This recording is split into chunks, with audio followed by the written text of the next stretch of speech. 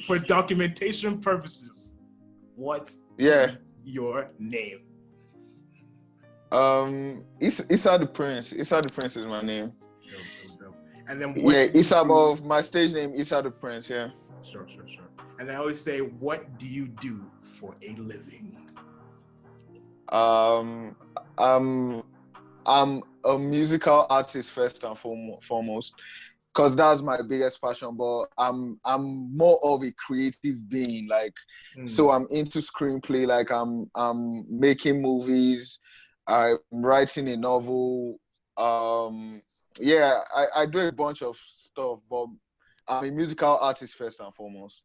Dope. And we're sticking on the music, right? You're heavily within the hip hop scene, Oh yeah, yeah, right. So yeah. so I've always asked, like, did you find hip hop, or did hip hop find you? Very easy question. Yeah, very easy. It's very easy, but it's actually like a very complicated question. Yeah. I would say it found me, then I went looking for it. Like, you know how like in your past, like some things just seem like you're meant to do them. Yeah, then like you try to like run away from it, then all of a sudden you just like give into it. So yeah, it found me, then I went seeking for it. Yeah. And so Yeah. how did it find you? Like, did you just wake up, hip hop was for us, me and you? Oh, it started with music. It all started with music, because like my house, my family house, like everyone listens to like music. Like everyone has their own genre of music that they listen to. So I started just listening to music. Listening to my dad and mom's record, like Sam Cooke, all them old guys, Sam Cooke, Elvis, yeah, Marvin Gaye, those type of people. And obviously I have like elder siblings because I'm the last child. So my siblings all have their own taste in music. Like my sister loves R&B. One of my brother was into pop. One of my brother loved hip hop. So I just, as the last child, I just soaked everything in. Like subconsciously, like music was just a part of my childhood. And it just got to a point where I was like in secondary school, like I had a feeling that I always wanted to make music. Like I wanted to be a rapper, but I didn't know how to go about this. And in secondary school, like people used to have these freestyles, and I found out like people could make music on their laptops and stuff. And once I knew I could do that, like I just started like making music on my own. It took a long while for me to figure it out, but I just started making music for myself, and yeah. So if we take it back to your school, right? I know for one, Yeah. I know you were part of your rap group. And the thing is that I can't remember the name, but I know you're a part of the rap group. I think that. So can you tell us more about that? So like in secondary school, I was not part of a rap group. It was when I went to university, like a friend of mine and we had like this thing called digital music entertainment.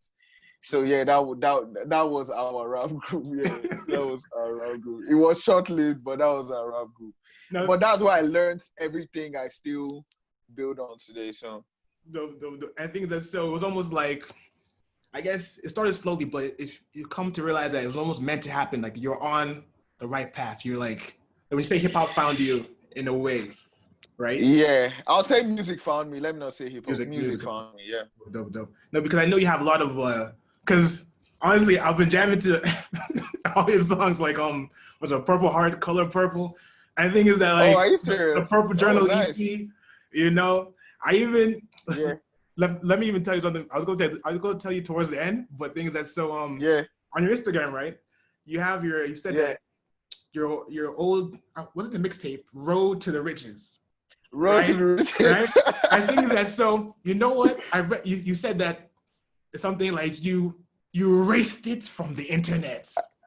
I deleted all evidence, that, no receipts. And so I read that. I said, me, I'll find it. Yeah. But you know, to this day, I'm still looking for it. but things that I found some links, but they're all dead. Yeah. Yeah. Yeah.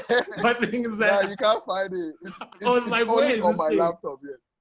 No, It's because I was only like, on my lap. It's I like was like, No, you're saying? it's like hidden. It's in a hard drive and it's locked up somewhere. No, because I was like, okay, SoundCloud, Twitter. You know, let me Isah the Prince wrote to Google. I said, I started finding some old songs. I started finding some old songs like Goals, your other Oh your yeah, other yeah. Oh my EP, god. Who Say Two. Yeah, You have the yeah. Caveman I'm freestyle. actually surprised. I'm surprised I've not taken those ones down as well. But I love some of those records. I love Captain Caveman. Yeah, I love that record. Yeah. But yeah, And so all of that pretty much led, to your first studio album, Purple Heart. I think is yeah, that first thing like the production, the like lyrics, even like everything you put into it, like that is like you should promote that more. yeah. Sure. I definitely am. Sorry. No I problem. definitely am going to. I'm still working on Because stuff. your skill Yeah. level, I mean, I know a lot of rappers. you keep going. Yeah. Like the talent is there. Thanks. Like definitely there's no things. But Thanks, man. but one thing in particular. Thank you. No problem at all. You had one video on your Instagram, right? You said that Purple Heart is dedicated to any and everyone who is currently going through depression or mental health challenges, right? And then, Yeah. I guess you're referring to your friend, right? I guess what happened to your friend, essentially. And then Yeah. I was wondering, so what's your take on Nigeria's mental health policy? Or is there even a policy in place? I think the policy has not been visited since like 1993 or something from my own research. I don't know whether it's changed over the last few months, but the policy has not been visited since 1993. So that's a major problem in regards to the policy. But I think before even because personally, I do not believe in politics. And I do not believe in political leaders. Like I believe that the government is there to extract and not give value. Like I came across something maybe a couple of years ago, or maybe a couple of months ago, that all governments have failed the people majority of the time. Throughout history, all governments have failed the people majority of the time. So even like developed communities that we look up to their governments like America, they fail their people on a daily basis. So even when I talk about policy and stuff, I know it has to happen for a widespread change. But at the same time, it has to start with reconstructing our mindsets. So this, my friend, I was talking about, like, the more I reflect and meditate on what happened to him, his situation could have been changed from his own household. That's what I mean, like from his own parents, from his siblings. Like in our households, now that's where a lot of our problems start from fatherhood, I think. Because I feel like fatherhood is the bedrock of society. And that's what translates into political positions. Because if we have great fathers that like have great values, that would automatically translate into leadership positions. So if his parents were more open to him and who he was or the challenges he might face, then maybe his situation could have been avoided. But we have a situation in Nigeria where it's like, oh, we've paid your school fees. Like, what's wrong with you? Like, you get like there's no relationship between the parents and the children. So, and that spirals down into the broader community and the broader society. So that's why we're seeing mental issues on a mass level. And so I don't know if that makes sense, but that's what I'm getting towards. It definitely does. But things that I want to ask. So, in your opinion, are mental health issues taken as seriously as they need to be in Nigeria? No. Why? No, they are not. Cause we're still under that belief of like tradition, culture, religion. These limiting beliefs are hindrances to what we think about mental health. As far as you're a human being, you go through mental health issues. Everyone has a mental health. Now Mm, the question is, are you healthy or are you ill? mm, But if you come out and say, oh, I'm not feeling too good, like I've been having these mental challenges, first thing people are going to say is, um, let's go and see a pastor, or maybe you're cursed, or mm, maybe someone has done juju for you. So that is a problem. And this same thing happens in our households that I'm mm, just telling you about. So that's why I talked about the fatherhood problem. You mm. get, that's why I talked about the parenting problem, because this thing starts from our own household. You can't go and talk to your parents about your mental health challenges Mm-hmm. because they are going to think, oh, let's go and see a pastor, Yeah. which isn't right. Yeah. Yeah. I think is that as you were talking, I was thinking about like so here in Nigeria, right? You know, people always say, bro, it's like life is already hard. Mental health, what? Hunger, I Yeah. can't eat. They're like you're telling me you're depressed, like Yes. and so like I even faced that with my own parents, and so like my dad's telling me maybe it's like mental health depression, I didn't eat for 3 days. What are you talking about? Your mic is off. Okay, you're Yeah, back. I'm trying You're to. back. Your mic is off again. There you Wait, are. what's happening? I don't know. I think you're clicking. You're pressing something on your phone. No, Yeah. Am I back now? you're back now. I can hear you. I can see you. Okay, okay, You're okay, cool. okay. So Okay, yeah. what? So have you ever faced that before? Maybe you tell somebody, or somebody you know told somebody else about maybe depression. They'll be like, "This depression is not even what's depression? What is that?" Especially here in Nigeria. Have you ever encountered that? I know people that go through those situations. Yeah.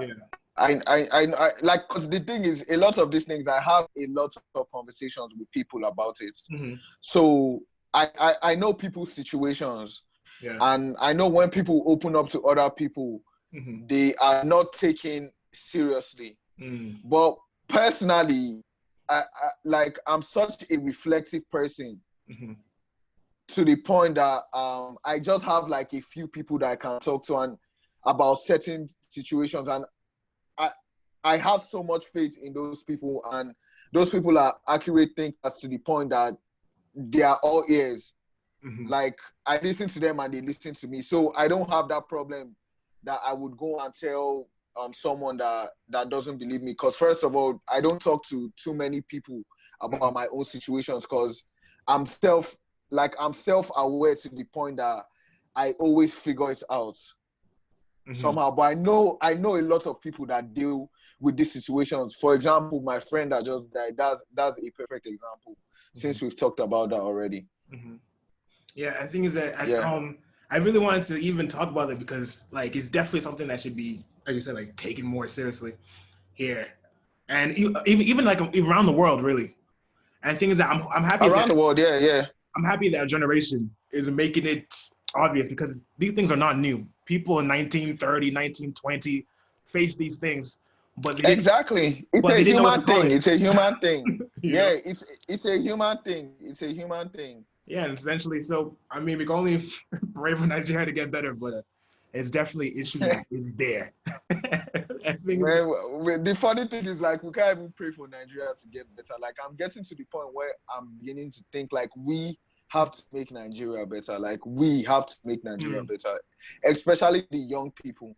yeah, It's our responsibility now to shape the thinking of the future generations. We can't leave it to chance. yeah, The previous generation, they failed us. Like, there's nothing we can do about it. They failed us yeah. and they want to keep on failing us. So now it's our own responsibility. I think I could like it definitely is. But the thing is that like that whole conversation can be that's a whole other interview. but things that Yeah, still exactly, yeah. still on Purple Heart, right? I just say like I said, the song that resonated with me the most was Color Purple. Oh, And the thing is that I actually it was because I know people that have gone through different things, and like the like topics you went on, you were talking about like rape culture. Da, da, da. Like I know people have gone through these things, especially obviously women. And so Women, yeah. I wanted to ask, like, why was it important for you to tackle such strong issues on that track?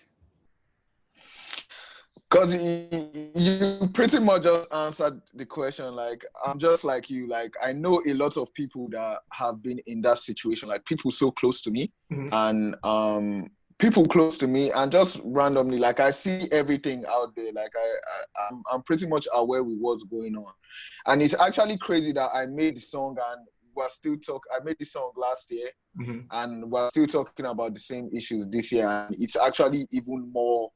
It's worse. It's pretty much worse. Like, it's crazy. So yeah. No. You're saying something. You said pretty much. So yeah, but it was necessary for me to tackle that subject because I feel like we can change the narrative through pop culture. Yeah.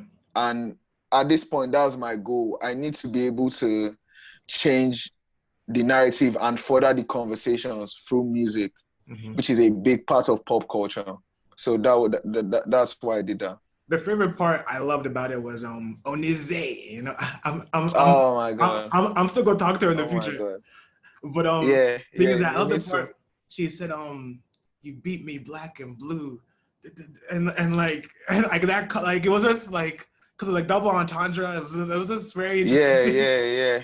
And like the way everything came together, that was like was a masterpiece. And I really listened to that song like like a lot of times because even you were talking about your own family, this, and you're going like really, really deep. Like you always say, personal, yeah. Like use this album to say things you wouldn't say to other people, right? And so, and so exactly.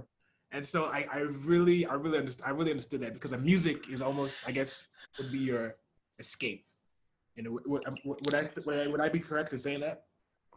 Yes. It's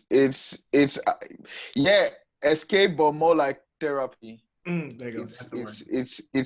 It's more like therapy for me. So conversations I cannot have on because I'm more of a reserved person. I'm an introvert. And so I can only speak my truth through music so that people that are going through that same situation can either relate or they can use it to grow. Definitely. And the thing is that now you said you're an introverted person, right? But but at the Hilton, you know, Purple Celebration, I didn't see any introvert qualities right there. You were front and center, and things and so when you're on stage, does like the introversionism disappear? Like, are you like, do you get in like a certain zone? So do you know the funny thing? I have a backstory for that. So before I did the Hilton, before I did the Purple Celebration, before like we even announced it, before I was sure I was going to do it, I didn't want to do it. I wanted to put like other artists to like perform. Because my album had just been out for like a month, so I didn't know if I was ready to go out and perform it. So this is the first time in my life that I've suffered like from a high level of anxiety. Like I know a lot of people suffer from anxiety, but this is the first time that I've literally been so anxious to the point that I felt sick.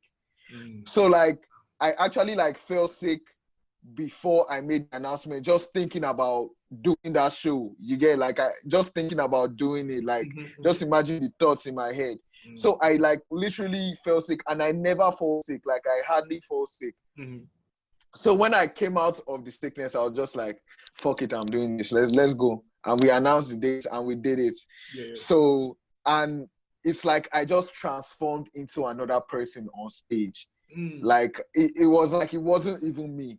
So it's crazy that I can have like high levels of introversion, but once I'm on stage, I'm like this, I'm like a different character entirely. So So my introversion made me fall sick, basically. And But things that yeah. so would you say that okay, right now I'm talking to Isah, but on that stage you were Isah the Prince? Would you say that? We can't say that. We can't say that. But let me say they are one and the same. Like, not in the sense like Isah the Prince is a different person. They are so close. Like my like I try to make my music and me the same. Like, cause I don't want I've never been the type of person to like wake up and feel out of character. I don't want to create a persona for myself that I have to start living up to. What you see is what you get. That's what I want my life and my career to be. So yeah, they are pretty. Isah and Isah Prince are kind of different, but they are one and the same. Yeah, shocking my brain. Yeah. But the thing is, Sorry, like, boy. I think that's so. It's like, but also I get what you mean, like completely, because I'm sorry. Can you give me a moment? Let me just put my phone to charge while we're talking. no problem, no The problem. battery's low.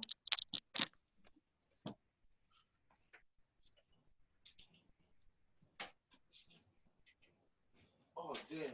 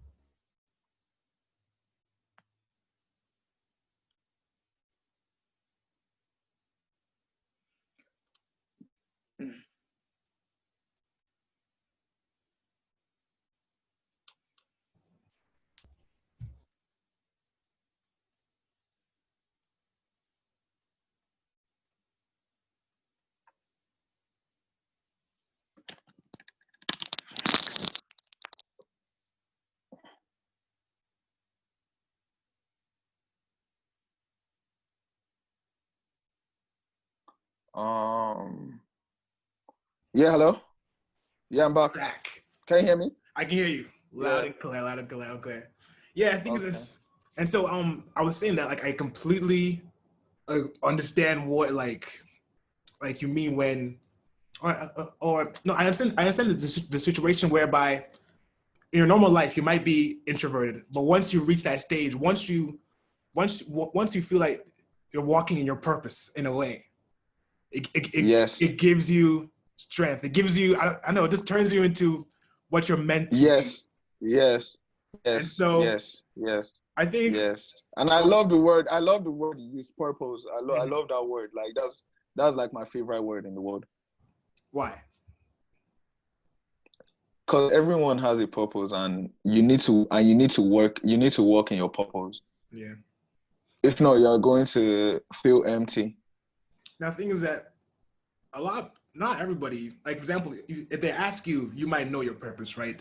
But the everyday person is like, guy, I don't even know why I'm here. Like, you know, like how do they find their purpose? Reflect, man. Reflect. Talk to God, talk to the person that created you, and reflect. I feel like that's why what is happening in the world is happening, because everyone needs to assess their lives.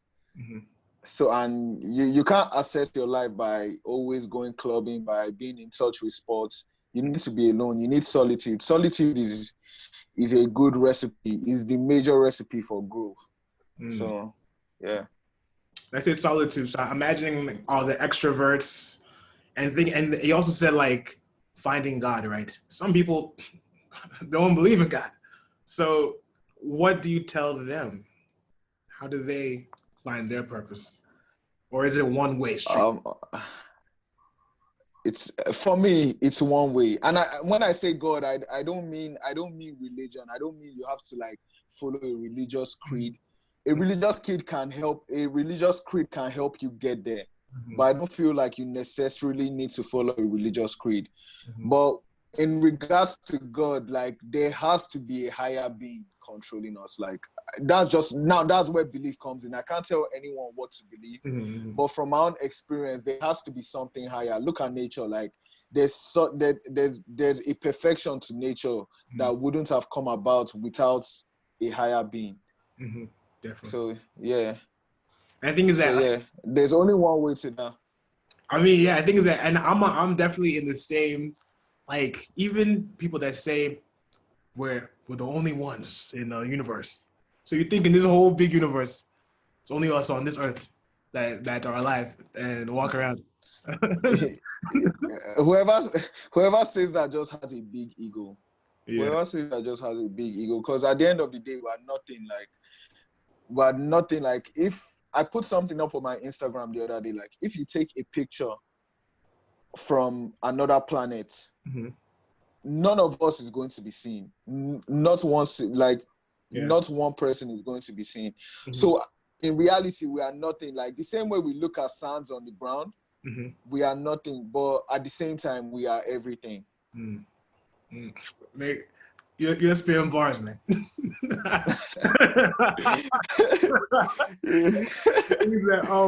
Actually, talking about bars, you released or you put out like some unreleased bars on your Instagram, I think, and it was like, oh shit, and it was like, gave them the vision on a platter, but they declined it.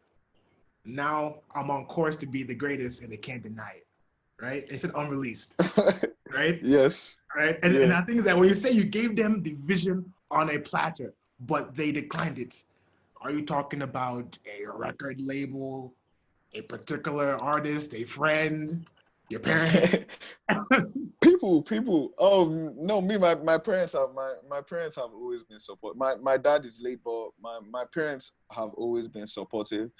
It's just people. It's just people. Like just people. Like you have conversations with people, like including friends. It's your friends that try to decline, that try to stifle you because they know you. You get like, so like you might be talking about all these big dreams and big visions, but people don't see it. Yeah. So that's what I mean. Like, and I put these things in songs. Like, not only I put in songs like this is where I'm going to be, and I'm going to get there, inshallah. But I also tell people that I know, like a few people that I know, and not everyone sees it. So that's what I mean by gave them the vision, but they declined it. Yeah.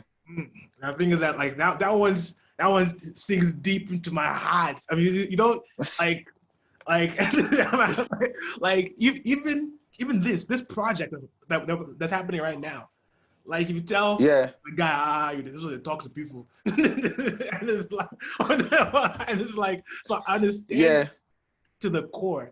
And the thing is that, so would you say that inspired your latest journal entry? F everyone. Oh yeah. I think, is it the bet on yourself? Is it the bet on yourself? Yeah. Bet on yourself.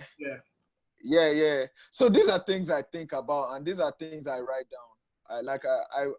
I write down quite a number of stuff. So these are things that I constantly think about.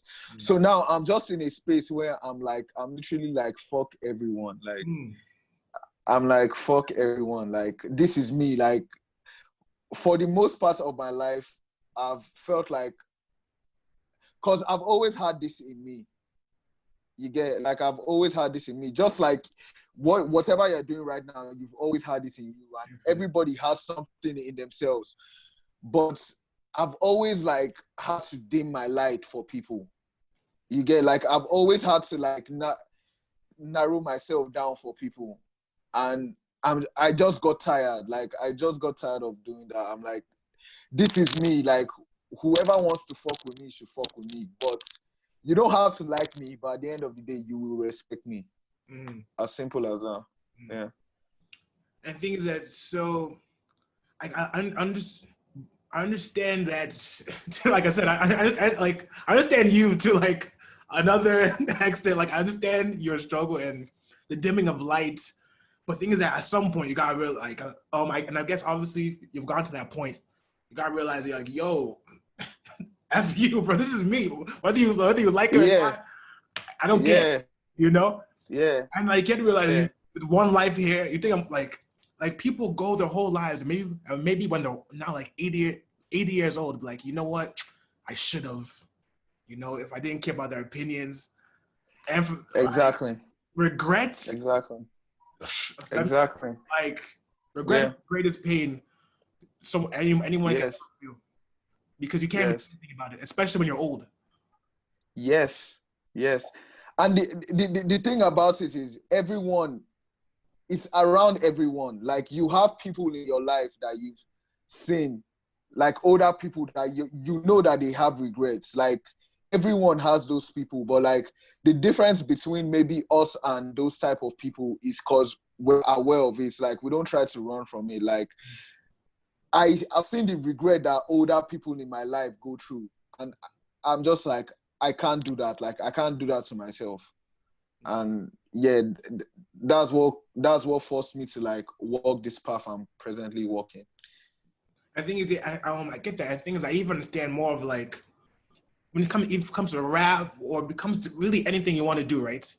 Do it because at the end of the day, at least Yes, I yes, did my absolute best. Like yes, like yes, it's worse. yes, It's worse thinking that I could have been and not doing it. yeah, I can't I yeah, can't I can't relate personally. yeah, yeah. so, and so, Failure is a better option than regret. Trust me. mm, Like mm. failure is a better option than regret. And things that Any day, anytime. so somebody, I guess we're going deep now. So somebody that okay, somebody's living their life and someone is dimming their light and they're not doing what maybe they're called to do. What would you tell them? Like, what advice? I mean, like, what, like, would you say the same thing? Let's like F everybody. Now, the thing is that it sounds easy, but sometimes when you live in certain households, like, Oh yeah, yeah, yeah, yeah, and your own, yeah. maybe your own parents will be like, guy, what are you doing? Especially nowadays, like people want to become maybe YouTubers, comedians. Yeah, Imagine African parents. You want to be a clown in my house. I'm paying your school fees. Clown. yeah, yeah, And then, but maybe yeah. it's your dream.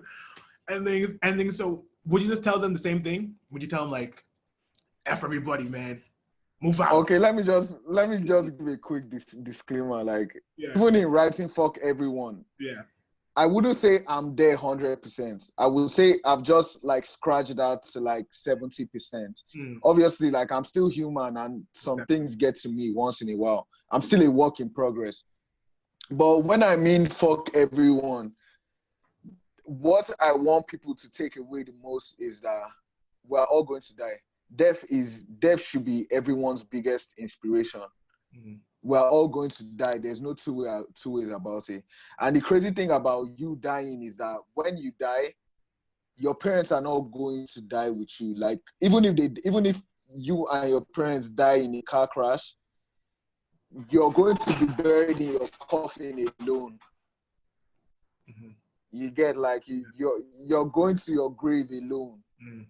So if you have that in mind, you have the option to be like, you can be like fuck everyone because I don't care about these people. Like Mhm. at the end of the day, I'm going to die alone. So yeah, Like because we all came in pretty much. alone. Even if you're twin, you We still came still came out one by one, and so like exactly, we all go exactly, out alone.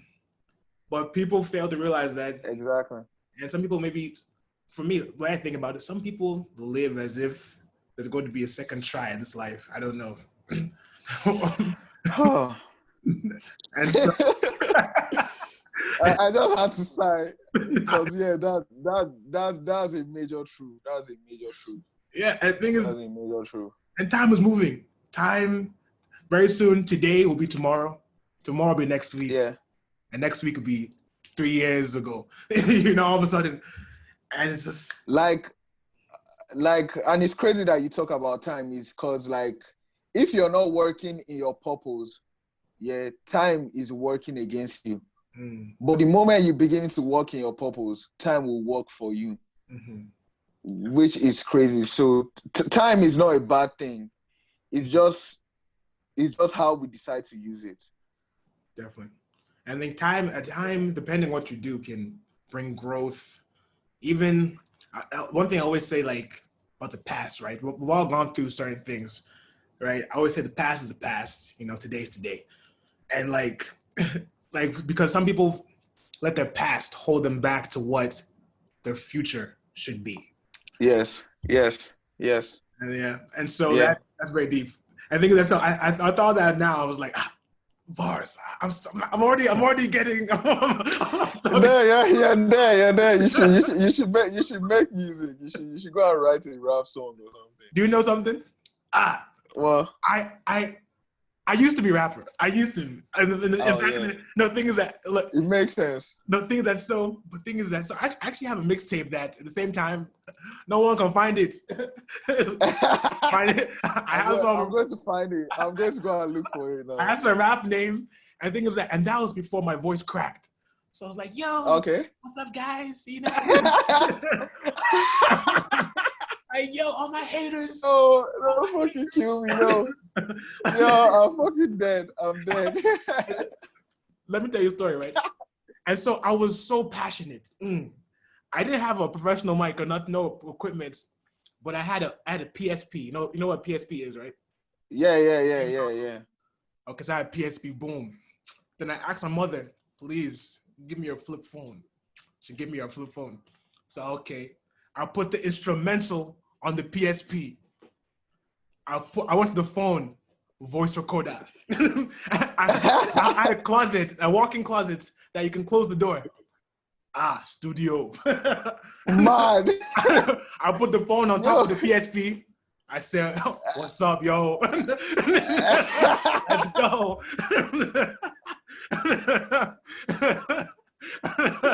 Yo, that's improvisation right there. You have to make do with what you have. The passion was crazy. Let me tell you this. Yeah. So I'll be spitting my bars on my haters. Bro, I'm gonna kill you. And I was like, I'm like 4'6" that time, like 4'3". My voice is not cracked. And now, and then I open the door of my closet. I see my father. Well done. Well done. My mind's like, you don't even understand. I'm going downstairs, yeah. Yo, that's fucking hilarious, man. Yo. And so, he judged you. He judged you. He definitely judged you. So what is this? And thing is that, and that was the time that Lil Wayne was like popping to the floor. And so, I was on my starting line. Wayne. Yo.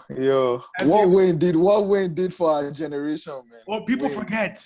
Oh my God. People forget though. I can never forget. Like, that's the word for you. Like, but Wayne. Oh my God. I used to be almost obsessed with him. I used to have him on my computer screen. My dad used to ask me, who's this guy? I said, he's a musician. Oh, Wayne. let me tell you something funny. Let me tell you something funny, because like Wayne is like probably one of my, if not my biggest inspiration, apart from Jay-Z, apart from Hove. Mm-hmm.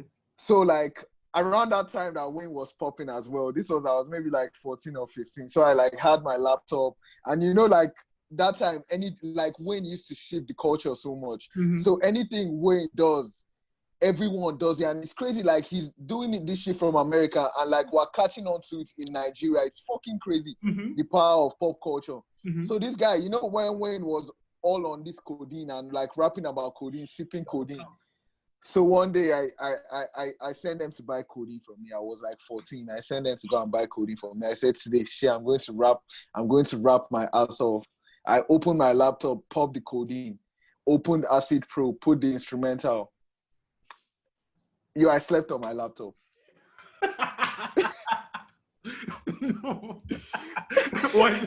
So were you expecting the bars just to the codeine to make the bars come out? Yeah, I think I just thought like, oh, maybe this is like Wayne's When's spinach, yeah, like spinach to Popeye. Special So I batch. thought maybe, yeah, exactly. But yo, Cody makes you sleep now. So I popped this shit, like I popped the whole thing and I slept off, man. Yeah, I'll never forget that day, man. I think is that I totally know what you mean, because like people had like a lot of people. Okay, so at some point I actually used to go to school here at one point. Like so essentially I did like kindergarten to grade 4 actually in the States. That I did like primary 5 to SS1 here. So I was here for a certain time. I think I know, and that was the time that Lil Wayne was actually popping. So I was recording here in this house, and so Yeah. essentially, I remember in school, like Lil Wayne used to keep his like you know like there's sagging and then there's like sagging where like your pants are on your knees, Yeah. and so like Yeah. it was really like you can see his influence every day, and it was really amazing, like you said, what pop culture was doing for like everyone, and that was the time that Drake was Yeah. just simmering up. And like, Oh, fuck. Like that's even so amazing that like he now put the biggest artist right now. Like he was working in his purpose, man. I don't know whether he is still working in his purpose, but he was working in his purpose, man. yeah. When you say you don't know, like, I mean, he's kind of stopped. He's now doing more podcasts. He has his own like show.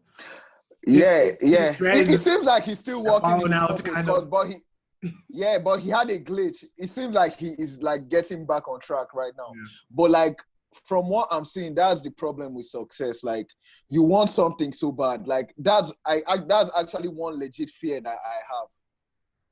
You want something so bad, and the moment you climb that mountain and get there, what happens when you climb that mountain? If you don't find another mountain to climb, you can start spiraling down and stuff like that. So that's what happens to a lot of people that get success and are not able to maintain it. Definitely. Yeah. I think that's so. To come back to Isah, I think that so.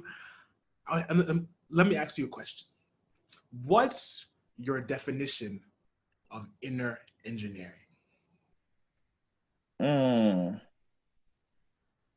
That's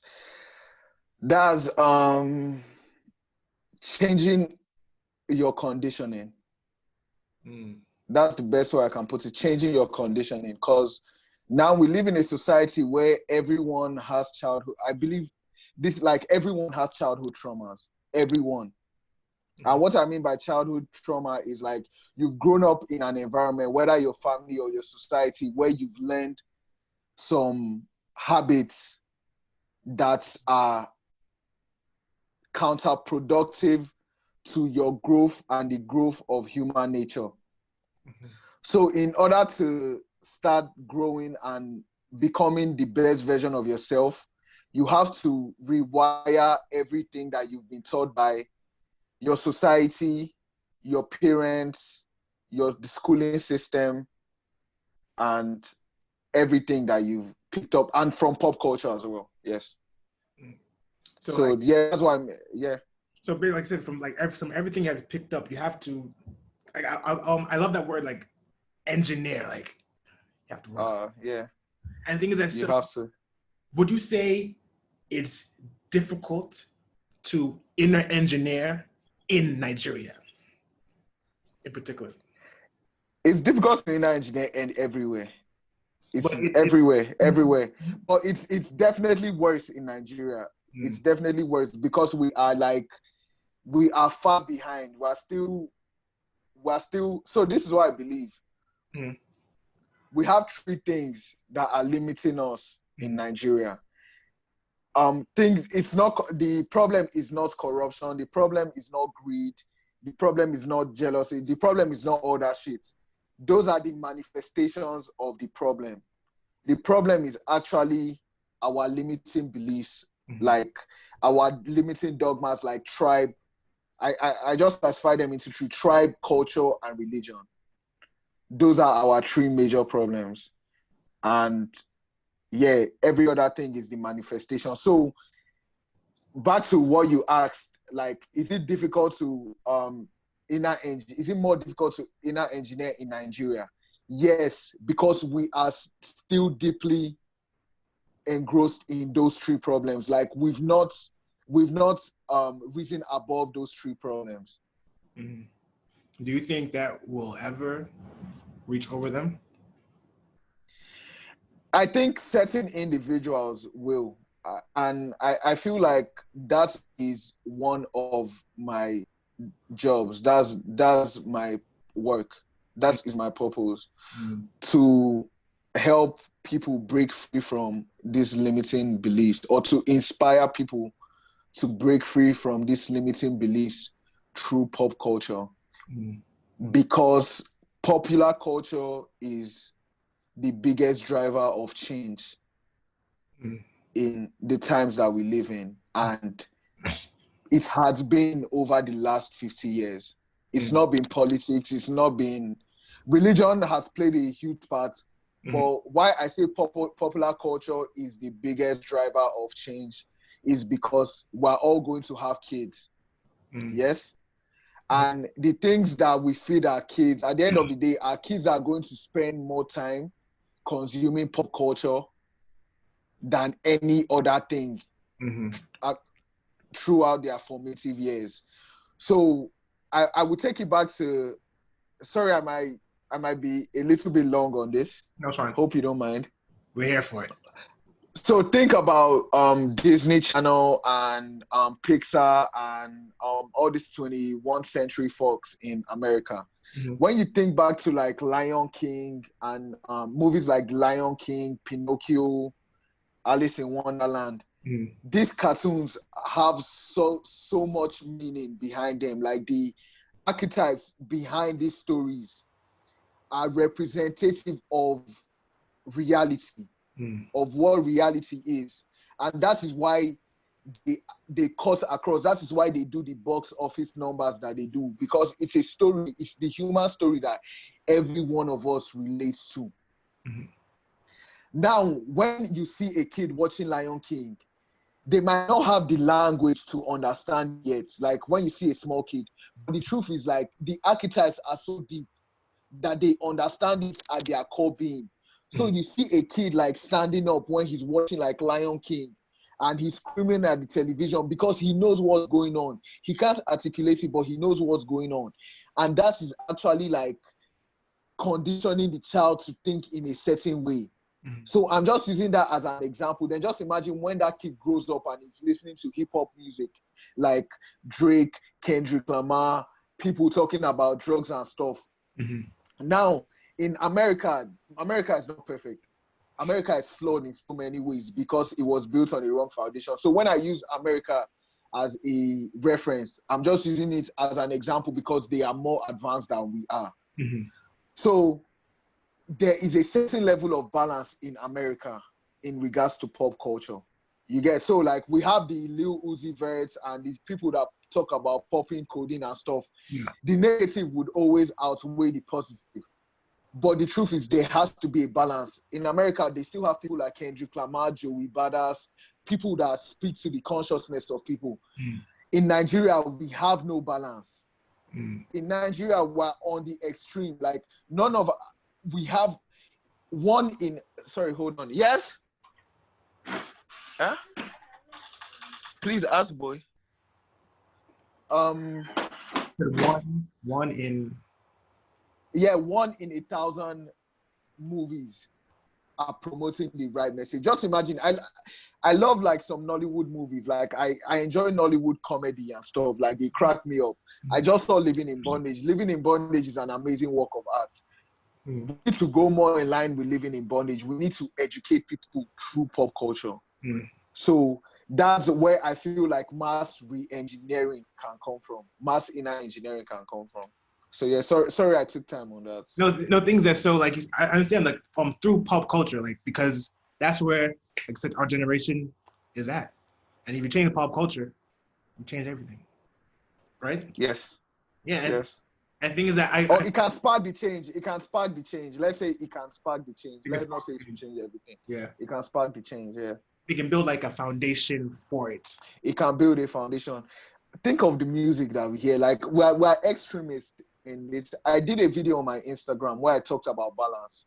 Now, like I love Nigerian music. I love like this sort of music. I love like Soapy. I love Naira Marley. I love this guy. Like sonically, it's good. Mm-hmm. I'm not saying that people should not make that music because it's so big because it captures a reality. Yeah.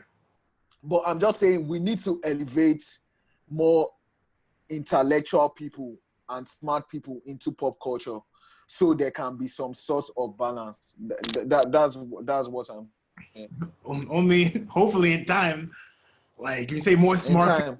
But the people have to play a part. The thing is, like, it's not just we creating the great works of art. The people themselves, because people know the truth.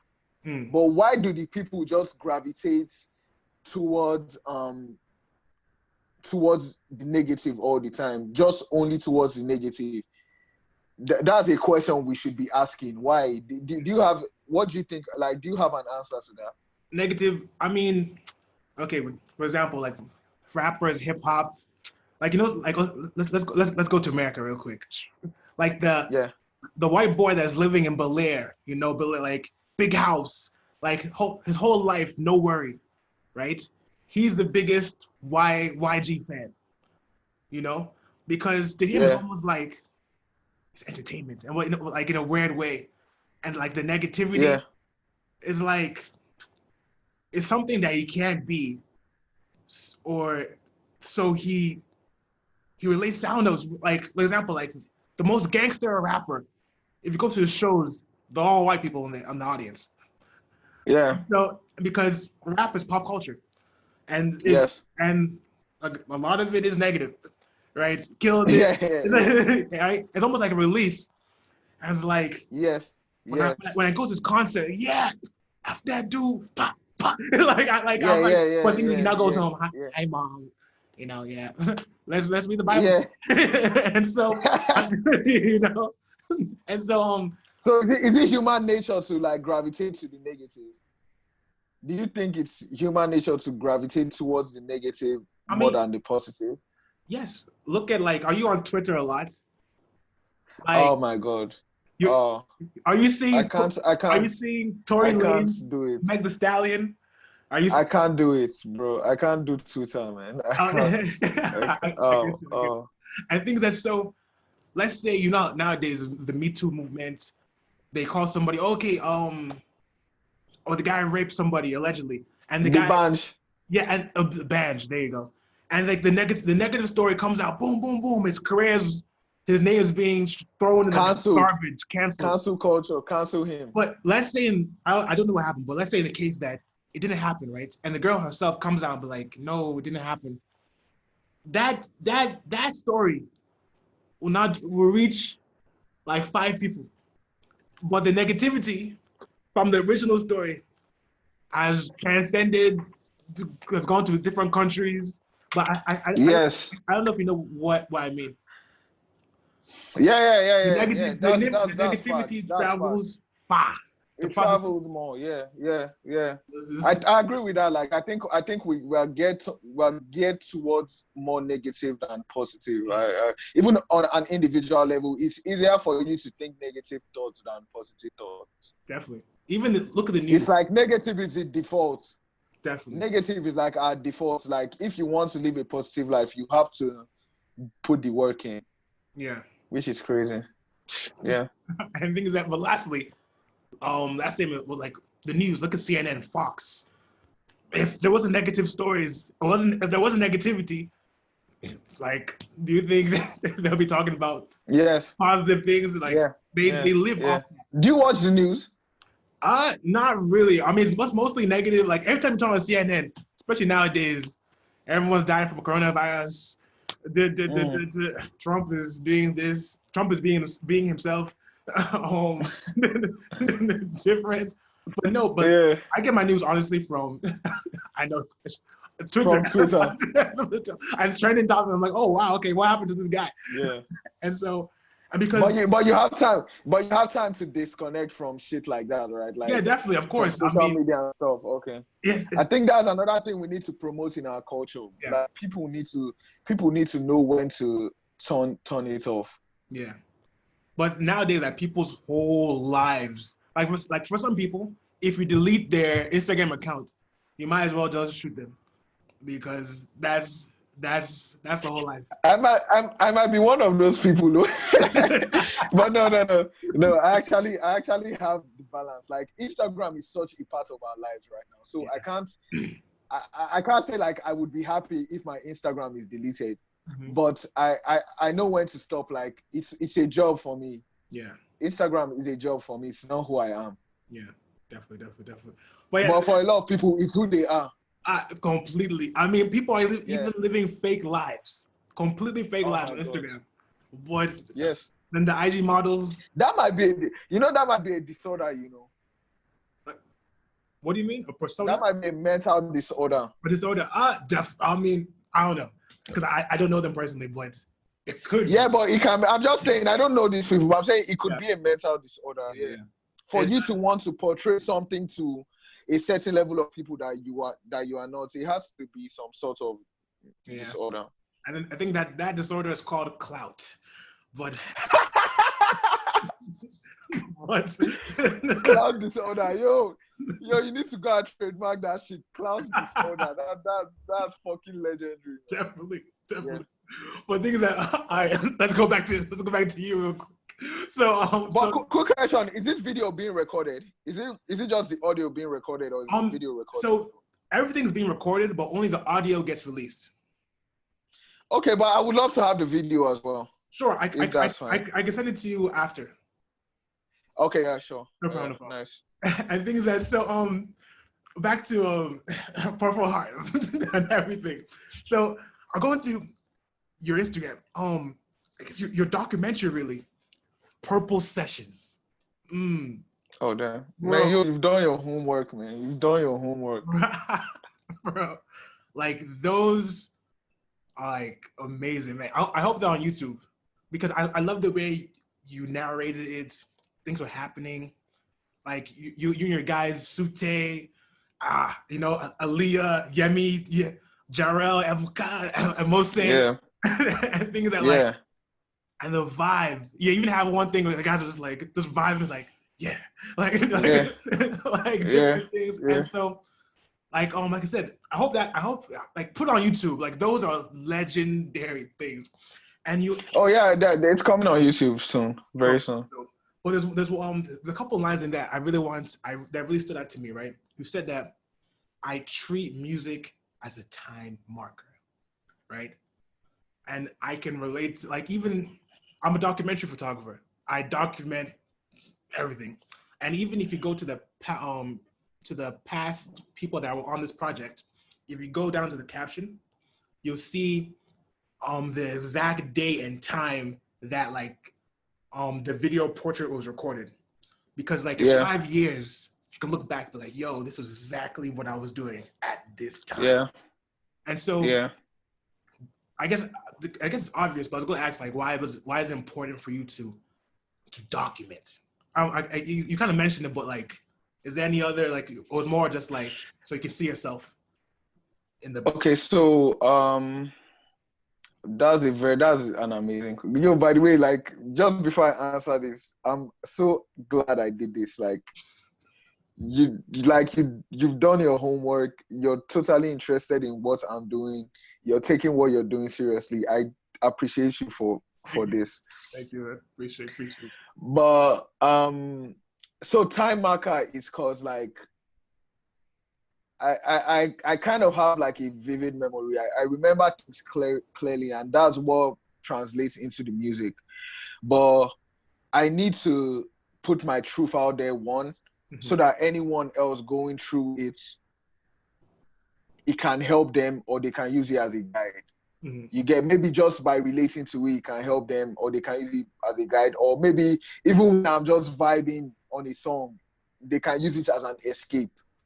And two is because my time is limited on this earth, and the only way I can live beyond myself is through my work of art. So my music, my movies, my novels, my comics, everything.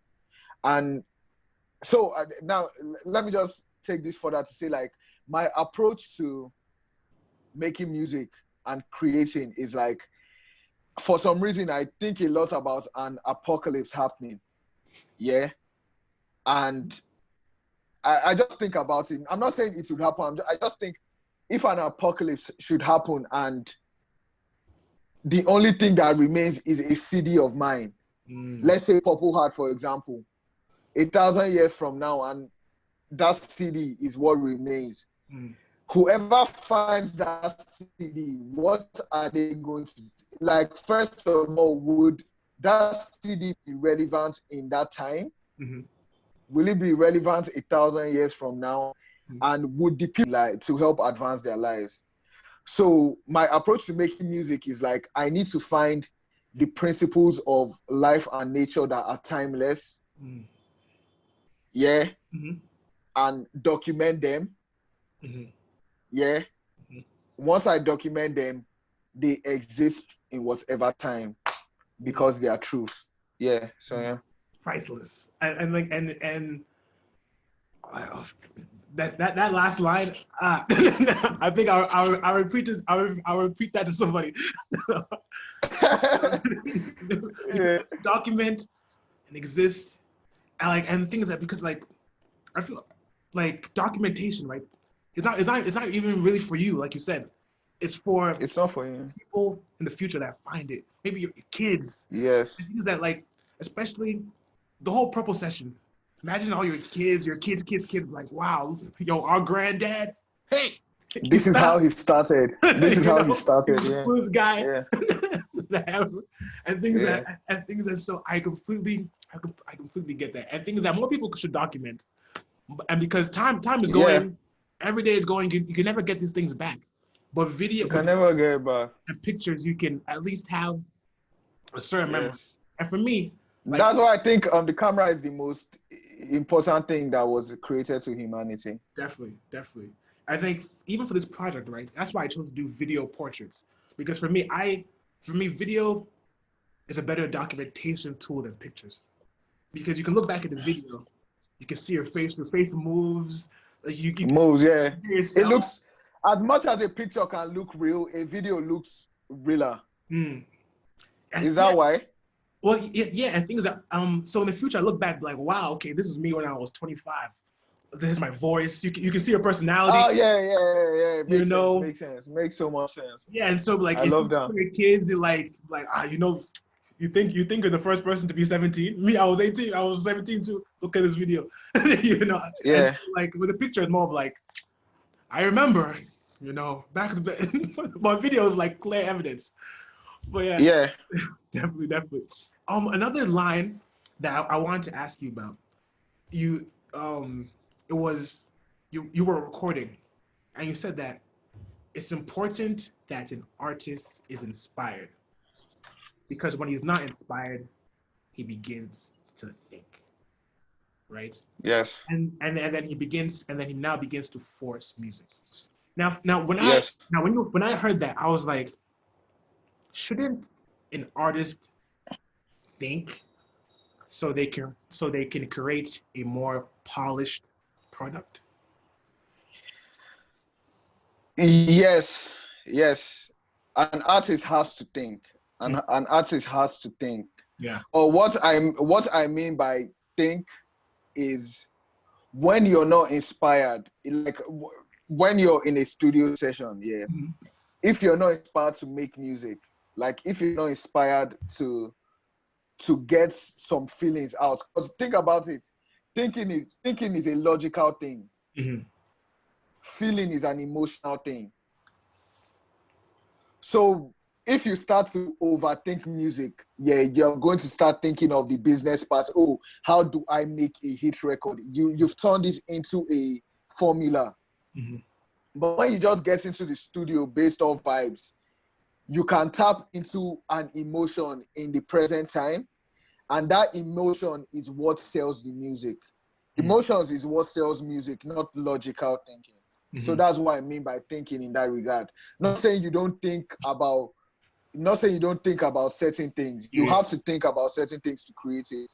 But emotion is stronger than logic when it comes to creating. And I'm sure you know that you're creative. Definitely, You know definitely. that. Yeah. I think is that I love you said vibe, the vibe. You know, the vibe. Yeah.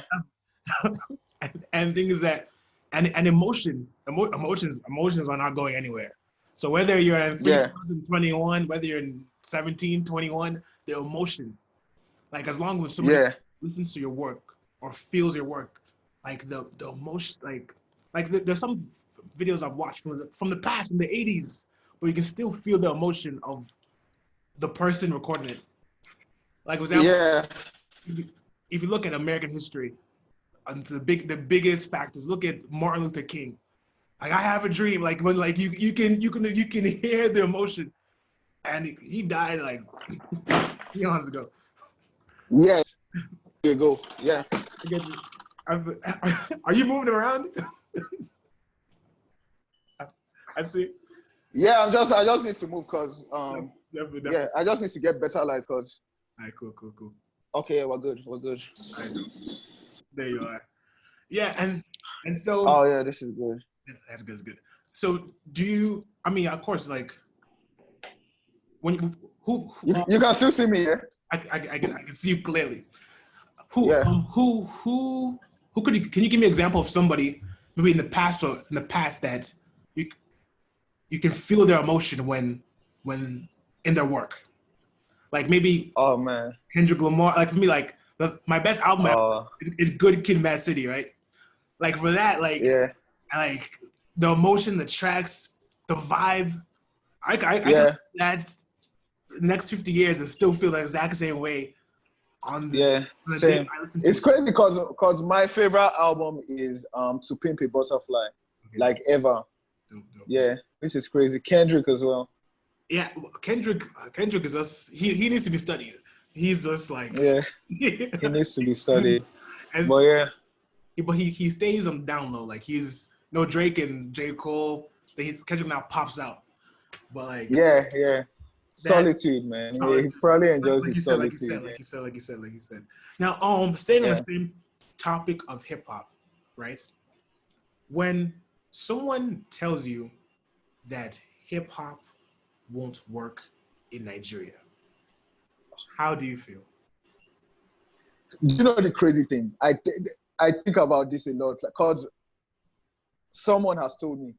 Mm. It's crazy. Like some people have told me, but one in particular because he's an artist manager. Mm. Sorry, 1 minute. 1 minute.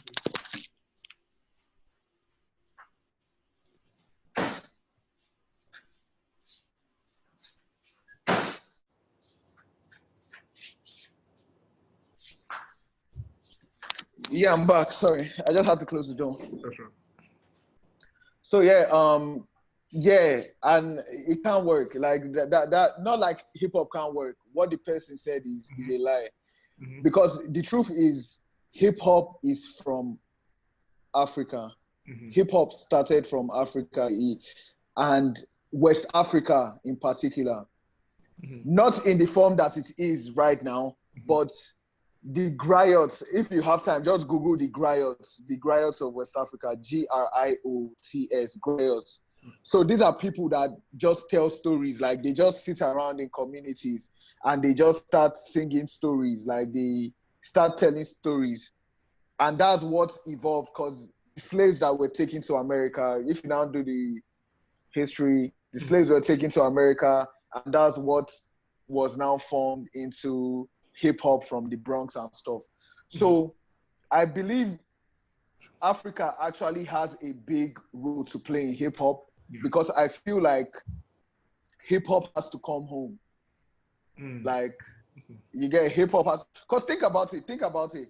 Why is it that we have all these great artists like J. Cole, Kendrick Lamar, and even back to when 50 Cent was popping, Ja Rule, hip hop has been such a dominant force in pop culture.